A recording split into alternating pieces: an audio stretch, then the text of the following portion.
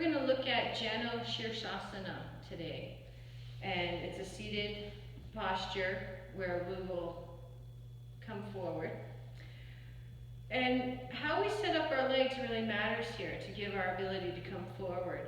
So when you set up, I'll start with my right leg, and I have something if I need it. You can reach out with that leg and start from your pinky toe out and lengthen, and then pull that leg in as much as you comfortably can without feeling a strain at the knee, the hip, or your sitting bones. So some of us might even pull up, it might even just be to here, and you might need to use something to pad the legs so that it's not hanging out in air and getting strained. So whatever amount of pulling up into yourself you can manage and keep your spine nice and tall to begin, go with that. If you need something under your knee or between the knee and the foreleg, that's fine too. So your torso, for the most part, would be facing slightly sideways for this once you pull your leg in, because your sitting bones move a little bit.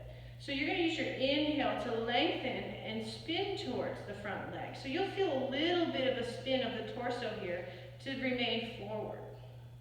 Now from here you can let your arms be beside you to walk your fingers out, but you're going to take a nice full breath in. And as you exhale, you can start to come forward. And I want you to mind your chin, right? Because you're coming forward, so your head is slightly rolling forward. Chin is in and forehead comes down. This is about where I can go for today. You might actually get your head to your knee. Maybe you can even hold your hands around your foot. Be mindful if you're up on something not to hyperextend your knee. You might have to do that pull, yield and pull in to support that leg, feet to head, because you don't want to strain the knee here. This is a really nice hip opener, works the sciatic nerve and the pelvic halves. There's a lot going on here. And then to come out of this, you'll use your inhale and start to lengthen the front body, walk your hands in. This is one of those postures. Exhale, release it out.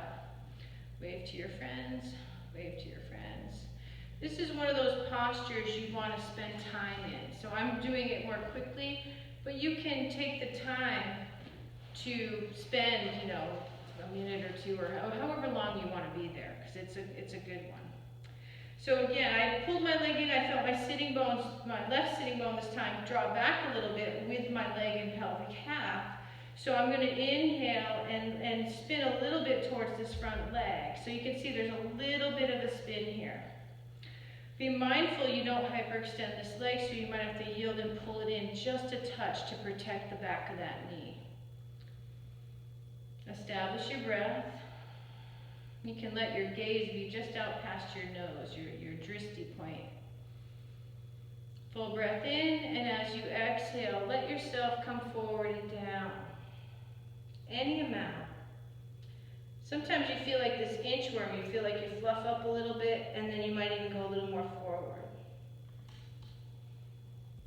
Just be mindful of your chin is in. And then when you're ready to come up, you use your inhale. You can even use your hands to help walk and support hands to tail. Now I'm going to just show from the side what I mean by the chin, because this might be you without realizing it until just now. And it matters for your spine. So when we come forward, I'm just going to do a happy seated forward.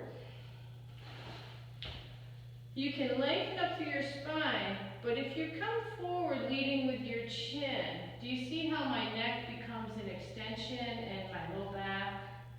You might think you're getting so far and then you come down, but I already feel my low back in an unhappy way. So as you come up, you're lengthening. And then there's this little, like there's dials on your ears to help your head lengthen and the reach comes out. Jaw draws in a little bit so the back of the neck is long. This feels so much better for my low back and the back of my neck. I could even walk my hands out more now. So, and then to come up, there's that lengthening also, hands to tail, feet to head, coming up with length and support through the front body. And then it's pouring down through the tail. So if this happens to you, discipline that chin. Bring it in and up. You can hold your elbow and do this. We call it the yes nod. But this is the what? What did you say? What? Right? So this helps keep your posture. And you might notice that if you're on the computer, you get this neck and shoulder stuff going on. Bring that jaw in. Maybe adjust your screen if you have to. Because it really does affect the neck and the lower back. So if you do something with your neck, lower back's going to feel it. If you do something with your thoracic spine, your sacrum and tail are going to feel it, and the occiput of the head. So you want your spinal curves to balance each other. So check it out.